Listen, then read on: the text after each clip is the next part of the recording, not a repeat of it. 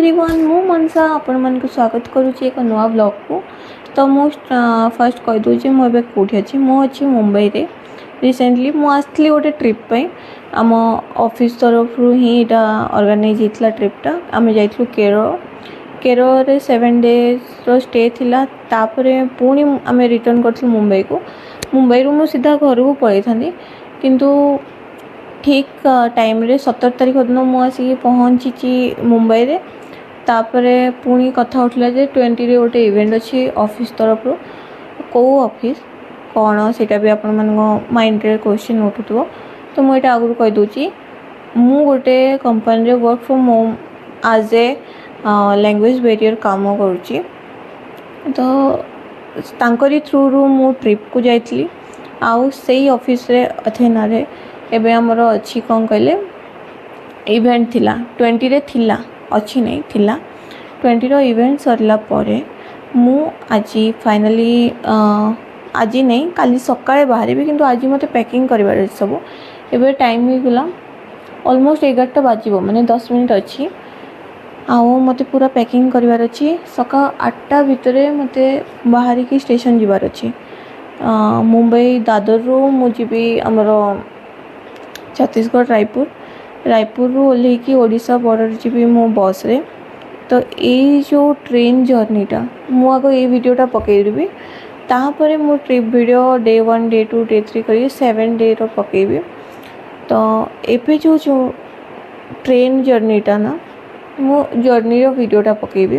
तो चलतु एबे मु पैकिंग कर दूची नले सकाळ सकाळ बहुत लेट हो मु बहुत हैरान हो।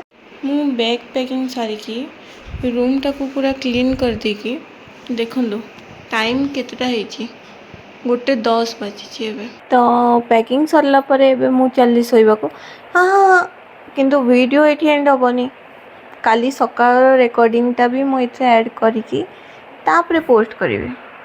तो स्टे ट्यून फॉर एबे सकाळ 5:30 बाजी आ मु पूरा रेडी जीवाई माने मु एबे बाहरी भी किंतु मोर ट्रेन अच्छी 8:30 रे आ मु घर 6:30 रे बाहरी भी खाई पी की राती रू पैकिंग रेडी सकाळ 5:30 रू मु रेडी। तापरे अंकल आंटी मते बहुत फोर्सफुली कहले कि नहीं तू खाई जा परोटा बनेइतले खाई भी टिफिन रे भी नहीं आ। तापरे अंकल मते जाइतले स्टेशन को छाड़िया पई। अंकल माने होचंती मोर जी मैनेजर अछन तांको पापा सी मते जाइतले छाड़िया पई हमर स्टेशन पर्यंत। सी कहले नाई तू लोकल ट्रेन कहीं धरबू मु कहले नाई ए स्टेशन रो से स्टेशन लोकल ट्रेन धरबी। से कहले ना ना मु तते नहीं कि छाड़ देकी आसीबी स्टेशन तो आराम से सेठू जीवो। तो अंकल मते बाय रोड स्टेशन पर्यंत छाड़िया को आसथिले कम से कम आमको लगी जाइतला 40 ରୁ 50 मिनिट लगी जाइतला पहुँचिया को स्टेशन रे।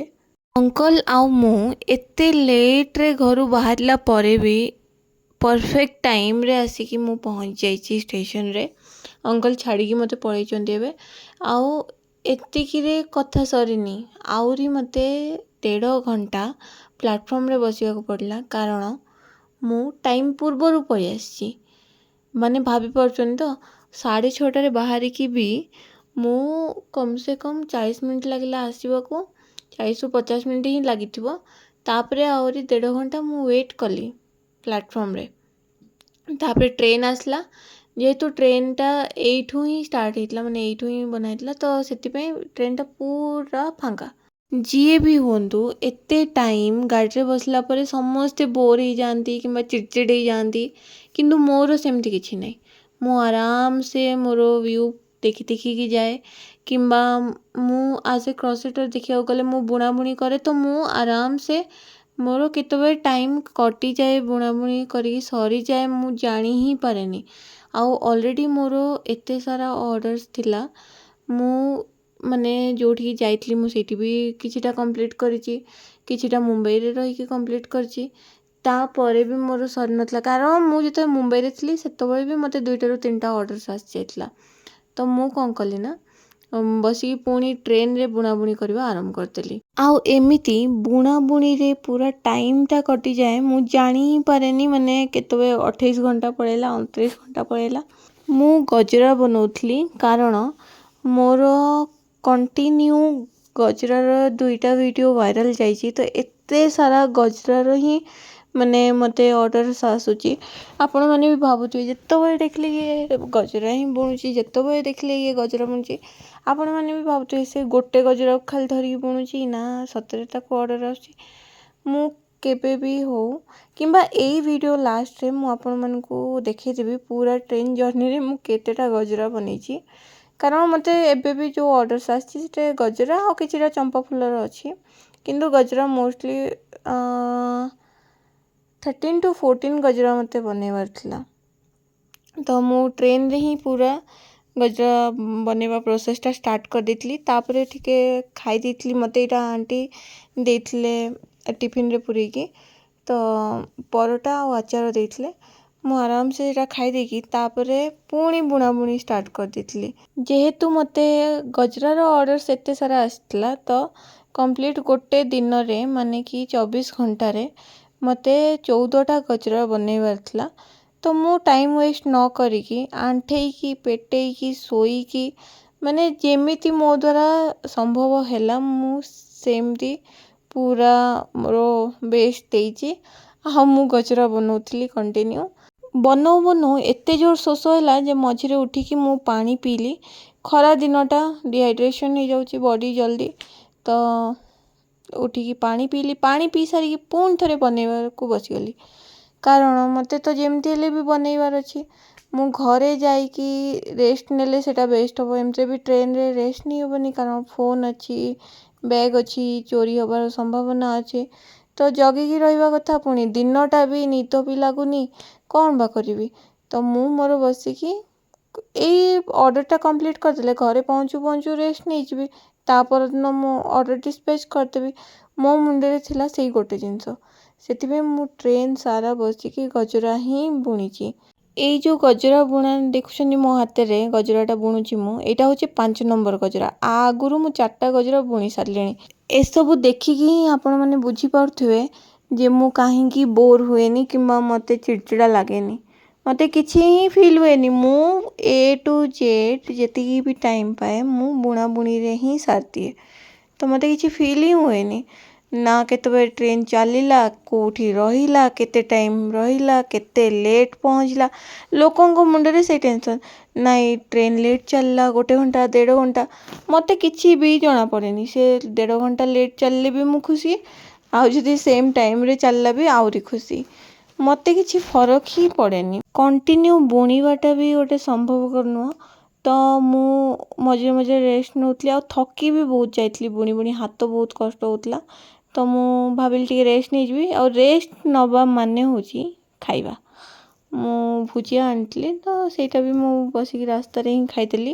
ତାପରେ ହଠାତ୍ ଝରକା ଆଡ଼କୁ ଦେଖିଲା ବେଳକୁ ବାହାରେ ଆମର ଫଟୋ ସୁଟିଂ ହେଉଥିଲା। ମାନେ ଟ୍ରେନ୍ଟା ଗୋଟେ ଜାଗାରେ ରହିଥିଲା ଆଉ ସେପଟ ଇଏରେ ବି ଗୋଟେ ଟ୍ରେନ୍ ଥିଲା। ସେଇଟା ବୋଧେ ବହୁତ ପୁରୁଣା ଆଉ ବହୁତ ଟାଇମ୍ରୁ ବନ୍ଦ ଥିଲା। ତ ସେଇଠି ସମସ୍ତେ ଯାଇକି ଧୀରେ ଧୀରେ ଫଟୋ ସୁଟ୍ କରୁଥିଲେ। ତାପରେ ହଠାତ୍ ସନ୍ଧ୍ୟା ହେଲା, ସନ୍ଧ୍ୟାରୁ ରାତି ହେଇଗଲା। ତ ଏବେ ଶୋଇବା ଟାଇମ୍। ମୁଁ ଚାଲିଲି ଶୋଇବାକୁ। ଏବେ ଆଉ ବିଲକୁଲ ବି ରେକର୍ଡ଼ିଂ କିଛି ହେବନି କାରଣ ମୁଁ ଫୋନ୍ଟା ଭିତରେ ପୁରେଇକି ଲୁଚେଇକି ଶୋଇବି। ଶୋଇକି ଏଇଟା ମୁଁ ସକାଳ ହେଲା ଉଠିଲି। ମାନେ ମୁଁ ବସିଥିଲି, ଗୋଟେ ଦିନ କମ୍ପ୍ଲିଟ୍ ହେଇଗଲା।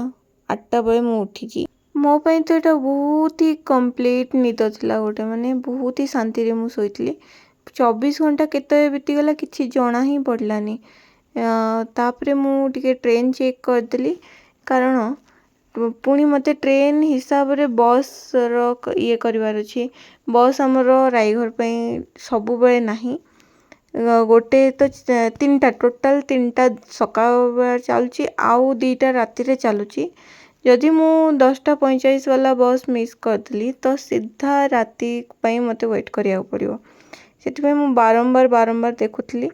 ତାପରେ ପୁଣି ଉଠିକି ବସିଲି ଆଉ ମୋର ବୁଣିବା ଆରମ୍ଭ କଲି। ଏଇଟା ହେଉଛି ମୋର 8 ନମ୍ବରର ଗଜରା। 8 ନମ୍ବର ଗଜରା ଏବେ ବୁଣା ଚାଲିଛି। ଯାହା ବି ମୁଁ କାଲି ବୁଣିଥିଲି ସେତିକି, ରାତିରେ ଆଉ ବୁଣିନି। ରାତିରେ ସିଧା ଶୋଇପଡ଼ିଲି।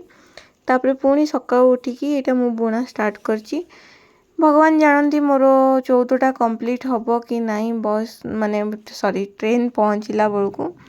देखा जाऊ तापर हठात चेक कली जे ट्रेन पहुँचवा होगला मु मोर बैग फैग सब रेडी करदेली कारण मत ओह्लैबार अच्छे सबुठू बड़ टास्क हूँ मोप यहीटा जे एकुटिया लगेज को धरकी ट्रेन रु तलक ओह्लैवाटा ट्रेन रु तलक ओह्ल कि मु बहुत ही स्पीड रे माने स्टेशन बाहर को जाइए कारण मु पहुँची 10:22 रे आ 10:45 रे मोर बस छाड़देव सेटा लास्ट बस तापर डायरेक्ट राति रे अच्छी तो कौन करवा बहुत ही स्पीड मु चलची कैब मु बुक करथली केते जानछनी जेते कि मु गोटे स्टॉप पछरे थी ट्रेन रे से तो बळू ही मु कैब बुक कर दी कारण मु जानचे माने लेट करिवे किंबा कैंसिल करिवे मु सेति पे गोटे स्टेशन पछरु ही करथली कैब अंकल भी आसी पहुँच जाते मु तांको बस कहली जेते स्पीड हम अंकल स्पीड करंतु कारण मते 20 रु 25 मिनिट रे पहुँचबार अच्छी अंकल तांकर जेते स्पीड थिला लगेई देले किंतु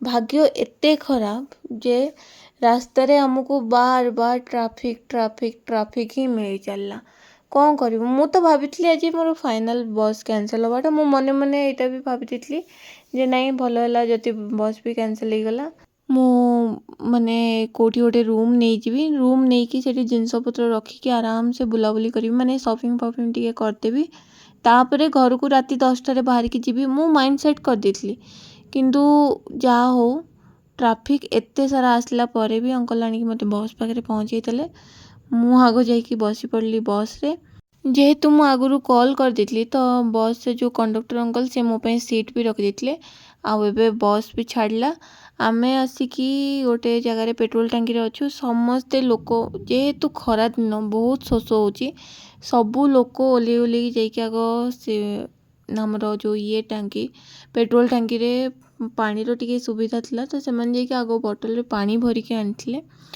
कौन बा करियो बहुत ही गरम ता ऊपर को पुणी आमको 4 घंटार जर्नी थिला तो समस्ते जार पानी फानी दरकार थिला सब धरिके बसिलु आमे बस रे तापर आमर डायरेक्ट रायपुर रु तापरे स्टॉप थिला धमतरी तो धमतरी रे एक बस रहिला मु ओल्हेली ओल्हेकी मु फर्स्ट फ्रूट्स किनिया जाइतली कारण रायपुर रे ना टिके सस्ता थाए छत्तीसगढ़ रे फ्रूट्स बहुत ही सस्ता तो मु आंबो किनिथली अंगूर किनिथली आंब आउ अंगूर को आनिकी मु आसली ऊपर को मु माजा फाजा भी किनिथली मु सेटा वीडियो करिया भूली जाइथली मु माजा आउ किछिटा स्नैक्स किनिकी ऊपर को आसथली आउ तापरे आउ को जगह स्टॉप नथला डायरेक्ट आसी रायगढ़ रे पहुँचली रायगढ़ रे मते जाइथले बापा आनिया को ये पर्यंत तापरे मु आसिकी घर सामने रे पहुँचली माने घर को देखीदेले जो शांति